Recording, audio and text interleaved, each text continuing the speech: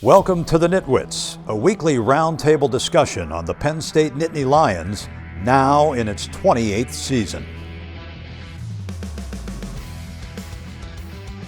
Our panel features a longtime Penn State media and NitWits tag team, Neil Rudel of the Altoona Mirror and Mark Brennan of Lions 24/7 with Fight on State. And each week we welcome a former Nittany Lion as our special guest analyst.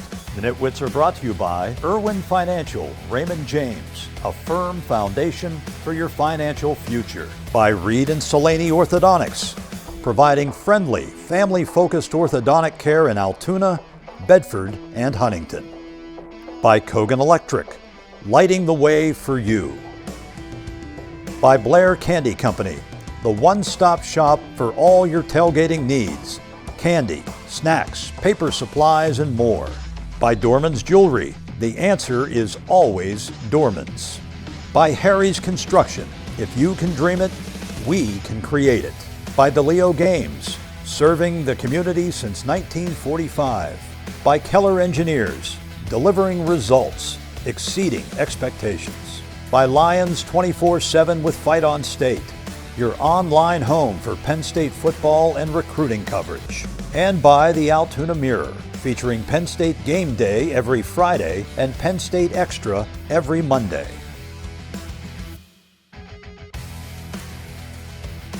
What I'm doing, getting right to it. Yeah, the money is talking, I'm flowing, it's coming in just how I drew it. Yeah, you know what it is. Hey, we doing it big. Look up, there is no limit, no, we cannot settle for this. Yeah, can't stop, nah, won't stop. Yeah, spin on live. You don't believe it, just watch.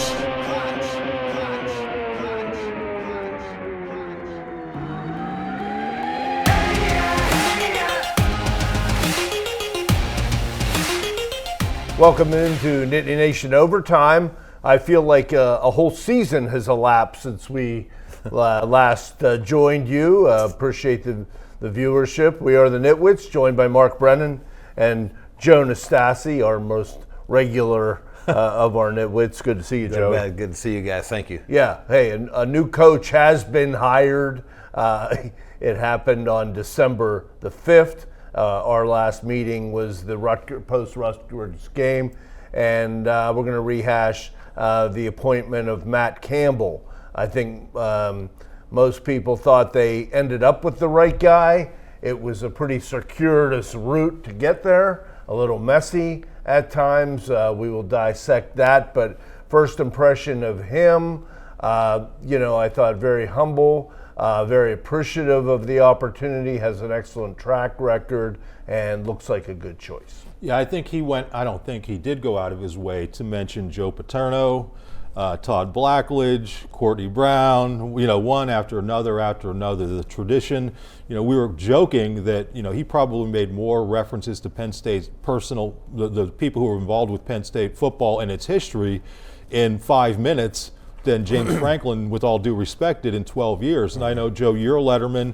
I've talked to other lettermen, and the way that immediately resonated with former players was something that they said just jumped out to me. So I'm anxious to hear what you have to say about that. Yeah, I thought it was interesting. When you see the hire, it was such a long process. What was it, like 50-some days? Yeah. So everyone's kind of edge of the seat. We have such a loyal fan base.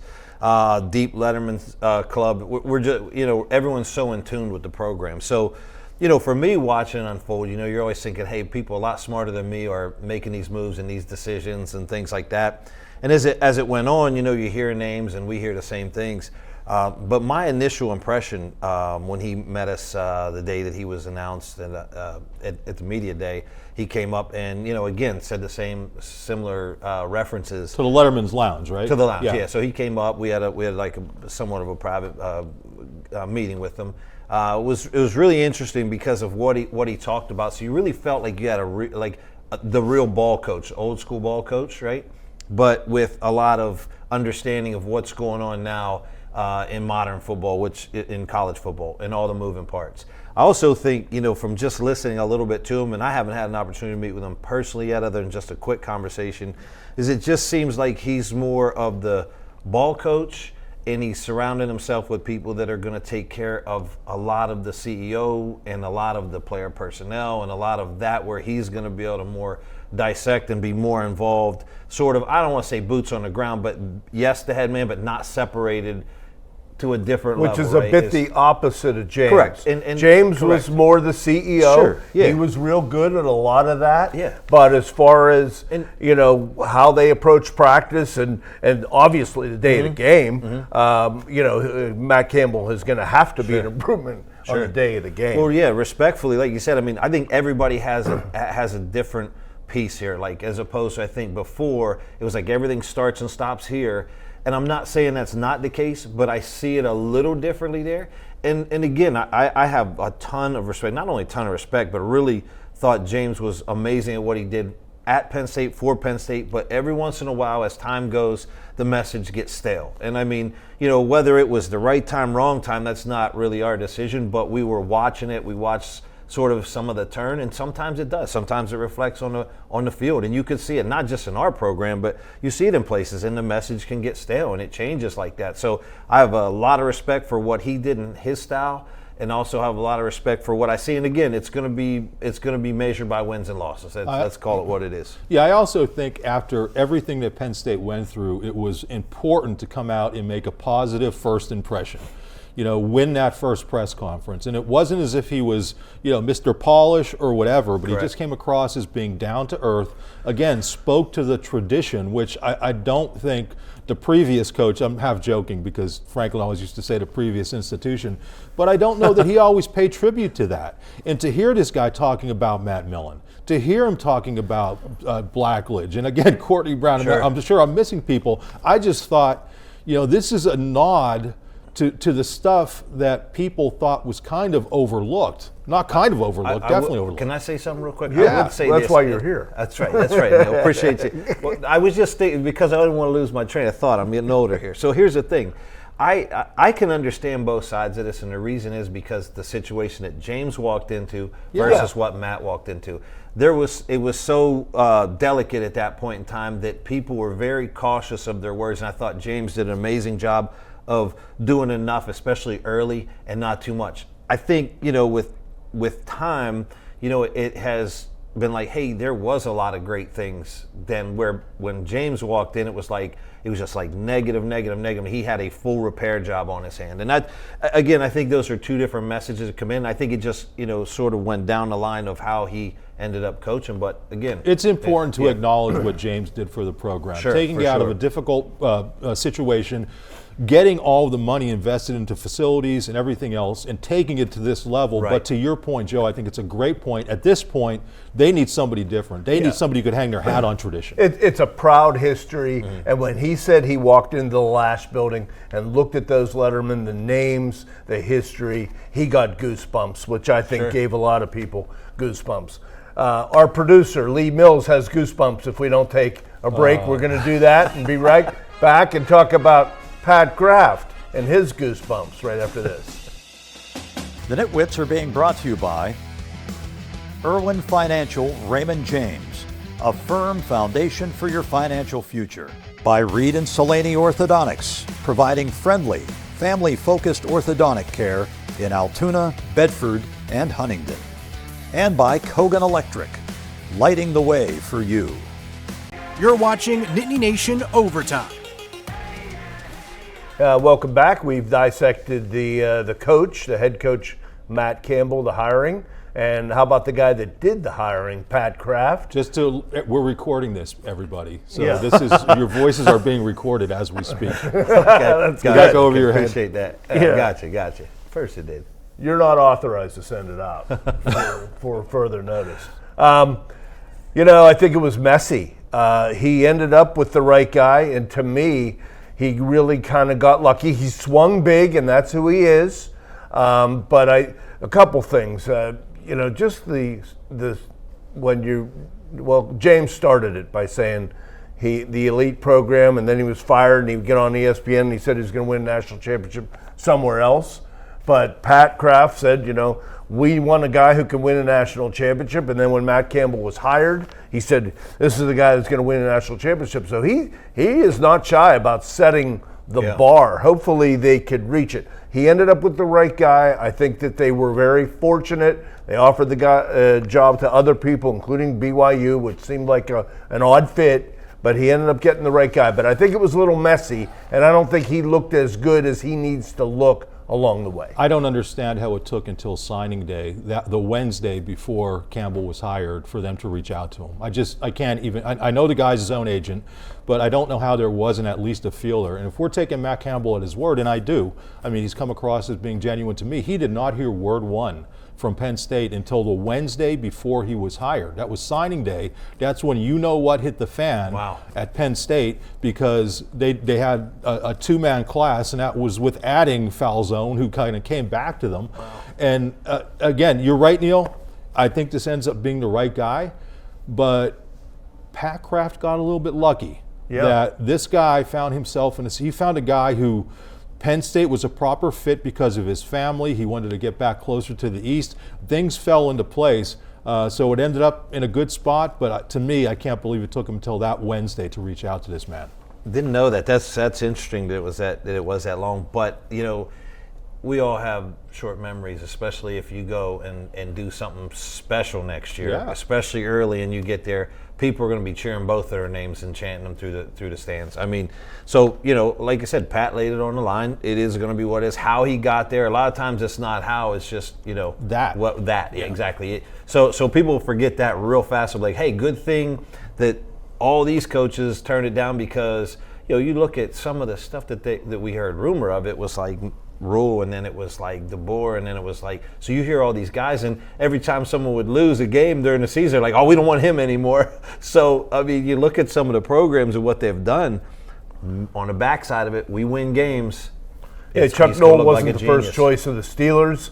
I think Joe might have been, and it couldn't work out. I think Kraft was also very lucky, the fact that he makes this hire 10 days before the roof collapses at Michigan, because I think they would have been sleeping on Matt Campbell's porch almost immediately. Well, and not only that, I mean, I was kidding before about the audio tape, but that thing comes out, and that is not a good look. I take the man, he apologized, and you can't do anything but accept that. But for that Michigan stuff to come out, now all of a sudden people are forgetting about recordings and whatnot. So he probably did get a little bit lucky. But sometimes, what's the old cliche? Better lucky than good, or whatever it is? I mean, that's the way I see it. I mean, however we've got to this point, we're at this point. Now the biggest thing now is what I thought was really important is who we retain, who we bring in, and then it's going to be who we retain from our team, and then who we bring in from our team, because your 26 class is kind of what it is. I mean, they're going to have to make up for that somewhere, right, as far as their freshmen, and I'm sure we will.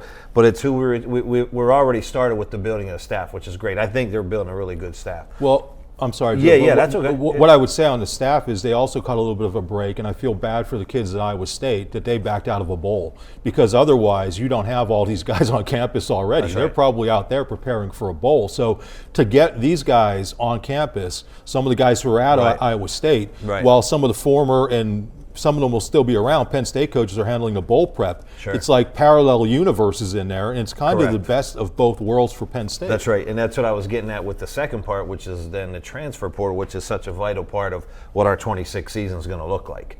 I mean, there's just no question. And then what we put on tape from that point forward is going to be who we get in 27 class and 28 and what we got. I think we've really kept a lot of really, really good staff, and it feels like, my feel is right now we're going to maintain a lot of the younger players that are going to make impacts for next year. Campbell legitimately felt bad about Iowa State turning down the game. Unfortunately, it's part of where we are in the cannibalization of the college sport, which we all have loved covering and watching. But that'll be interesting to see how Iowa State recovers. But it's accelerated the process. Well, that's a good point too, because you look at a Kiffin situation, it gets his team literally in the tournament and then says, hey, thanks but no thanks, and then leaves. So you don't feel like you've got a guy that's just rolling for the next dollar. You just don't see that, especially like with Terry. Could we give a shout out to the Iowa State AD too? I mean, what a complete class act. Jamie Schaller. Sure. Yeah, I mean, what a complete class act. That was a difficult situation, and for him to say the things that he did, and I also think that gives you a measure of what Campbell's about, that guy had that kind of respect for him. Yeah. We're building a Nitwit audience in Ames, Iowa. It doesn't get any better. That's right. Okay, we're going to take another break and be back and talk about the Pinstripe Bowl right after this. The Nitwits are being brought to you by Blair Candy Company, the one-stop shop for all your tailgating needs. Candy, snacks, paper supplies, and more. By Dorman's Jewelry. The answer is always Dorman's. And by Harry's Construction. If you can dream it, we can create it. You're watching Nittany Nation Overtime. Welcome back. Penn State is in the Pinstripe Bowl with Clemson. Clemson has won 4 of their last 4 games, and you know, Penn State gets the chance. The second time they played Clemson, it actually predated you, Joe. I was there 35-10. Were you at that game? I was the not. Citrus Bowl, and in like 80 at the end of the 87 season. 88 was my first full-time year. Okay. So that was last time they played. So, you know, you're in New York, you're on a decent stage at Yankee Stadium. Just a lot of uncertainty, though. The Penn State, as we tape this, has only had 4 opt-outs. There probably will be more. Clemson's had a whole, almost complete roster turnover. 27 guys. Yeah. Oh, so I didn't know that. Yeah. Again, the bowl games and the setup. So, you know, Saban said this a long time ago. He said, you know, as soon as you start the playoffs, you know, the bowls are just going to get lesser and lesser of importance. They're like glorified spring games. It would be real nice to see our seniors go out and play really well. It'd be nice to see a core of our team really go out and play well. But it also gives an opportunity to some of the younger guys that are talented that can really play to go out and also show their skills as well. So, you know, I didn't know anything about the Clemson, but now hearing that, it's just that's a lot of guys, a lot of turnover, but you really don't know until kickoff who's really going to be showing up. Might affect your pick. The most important thing about this game are the practices leading up to it. Yeah. We as we tape this, we had a chance to talk to Terry Smith earlier in the day, and he was talking about how good the practices have been. So, Joe, to your point, all these younger guys who didn't get to play a lot, you know, what are these practices going to mean for the veterans? Really not much. Right. But for the young kids who haven't played a lot, this is big. And to be able to do that as these 2 different parts of the team are kind of coming together, you know, I'm sure that Campbell and his crew aren't necessarily running practices or anything, right? But you know they're going to see this tape, and they're going to see what these kids are all about, so they have a chance to go out and prove themselves. So to me, that's way more important in the game. That is true, and also, like with the younger guys, they don't have film to go and jump in a transfer portal. You know, and Terry's just been really, really good about that. It's like, who are you other than a star coming out of high school? So them having that film, that'll really solidify our next year's team in 2026, which I think most people are really worried about. Which one of the reasons Notre Dame made a reckless decision to not participate. You cost your young players all this practice time.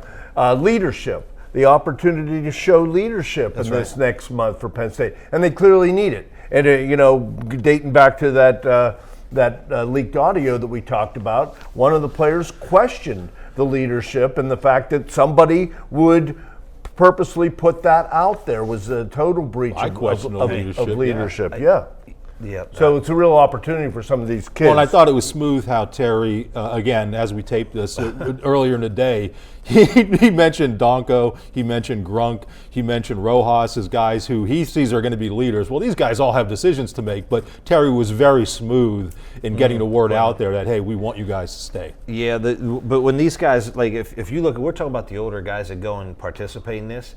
How many times have you seen maybe the underdog guy that ends up being a great pro at some point in time because he has an opportunity to go out, not only show his leadership, not only show his loyalty, but go out and keep getting better? Like Denai Sutton. You see him, he'd go out there and he's been playing well as he could have shut it down just like so many guys have. Yeah. And he just kept getting better and better. And there was like, where's our defensive line? So him doing that or other guys doing that gives him, I think, a better opportunity, just like Fat Man. I mean, there's another guy that built his NFL stock based on his field play, not what his numbers are going to be in a combine. So you look at the situation, start with the quarterback. Grunkemeyer started the last 6 games, accounted himself reasonably well. We'll have to see. None of these players have necessarily come out and said, I will definitely be here. They've shown that they've been, first impression, they've been They like Matt Campbell and some of the guys that he's already has in the building with him, but they haven't necessarily committed, and that's where the business of college football takes over. Yeah, the staff retention, and we talked about it a million times, talked about it with my friends, is just like that was critical to keep that together and to keep Penn State, because it could have been mass exodus right away. You know how that goes. I mean, it could have been 3/4 of the team gone just like that. So, well, and the silver lining of not having much of a signing class, you have money left over. That's NIL money that you're going to be able to spend. But now, as Neil said, these aren't just, we're getting down to decisions on where money is going to be spent. What positions are we going to spend money? How much are we going to spend at quarterback? How much are we going to spend here? How much are we going to spend there? This is what coaches have to say now, which is kind of well, I guess they were always saying it in the SEC, but now it's kind of public. Coach O made a great interview. That was good. He was like, well, now we don't go in the back, we go in the front door now. Well, one of the coaches in the SEC, Drinkwitz from Missouri, said that the system is sick. College football is ill. Really? Great. That's a great, and just what the a next revelation. day, and he talked about tampering, and the next day, Bro Perbula announces he's getting into the transfer portal. Again. Which I think is really unfortunate. I mean, they made a commitment to him out there, paid him supposedly about $1.5 million, and he did pretty well, and now he's leaving. Yeah, but if the coaches can be vagabonds, why can't the players? I mean, I know it's tough. I mean, and I don't think this is what any of us wanted to see. But we're to the point where the players have the right to make money, just like the coaches do. It has to be NFL model. Like, when was the last time a coach went in and said, "Hey, we sat in the living room of that recruit and told him what a good education he's going to get at Penn State"? And guess what? Iowa State's done really well in the portal. A couple years ago, they got 2 receivers, both ended up being high draft picks. That's right. So I know we're coming full circle here, but these guys know how to work the portal, and it's going to be important for Penn State this year. Cincinnati. They have another guy from Cincinnati. Okay, we're going to come up with our picks in the Pinstripe Bowl as we head for the home stretch of the Nitwit of the Year competition. The Nitwits are being brought to you by DeLeo Games, serving the community since 1945. By Keller Engineers, delivering results, exceeding expectations. By Lions 24/7 with Fight on State, your online home for Penn State football and recruiting coverage. And by the Altoona Mirror, featuring Penn State Game Day every Friday and Penn State Extra every Monday. You're watching Nittany Nation Overtime. Okay, the great horse racing announcer Dave Johnson used to say, "Down the stretch they come." So my only mission here is to finish this off and be the Nitwit of the Year. I'm going to say Penn State 20, Clemson 17. I wanted to pick a tie. I can't really make a case for either team with all the uncertainty, but I know it won't be a tie. But I can't just, I'll leave a door open for you. Wow. Boy, this is tough because I love what Terry Smith has done with this program, and I think the players have really bought in. But I think there's so much going on with these 2 different staffs that I love the practice is going to help these guys, but I'm going to go Clemson 24, Penn State 21. How about that? We're not going to have a deflated ball win this thing, Neil. I'm just telling you. He took the bait. Jeez. Well, after hearing what you had to say and all the moving parts with Clemson, it's just really always hard to tell. But, I think that we're going to have enough guys and enough of the core. I'm going Penn State 27, Clemson 20. All right. We're all slaughtered there. Everybody has a chance. Yeah. So we want to thank you. We want to wish everybody a Merry Christmas, Happy Hanukkah, whatever you celebrate. Thank you for making us part. We're going to have one wrap-up show after the Pinstripe Bowl. We'll wrap up that bowl game and the season, and wow, a lot to look forward to with Penn State. The page has turned, really unique situation. I give the coaches that are still there credit for, absolutely, because they don't know exactly where they're going to be. And a guy like Troutwine has a job lined up. He's still there. Yeah. A couple of them do. Yeah, so that's good. I like it. I like who they kept. I like who they retained. I think we're going to be all right. Especially I think that was what everybody was worried about with 26. Hopefully we have a fun spring here with spring practice and spring game and sort of bring the crowd back in. Okay, best wishes to you guys and your families, and we will see you next week for our finale. Yes. Thank you for watching the Nitwits here on Nittany Nation Overtime.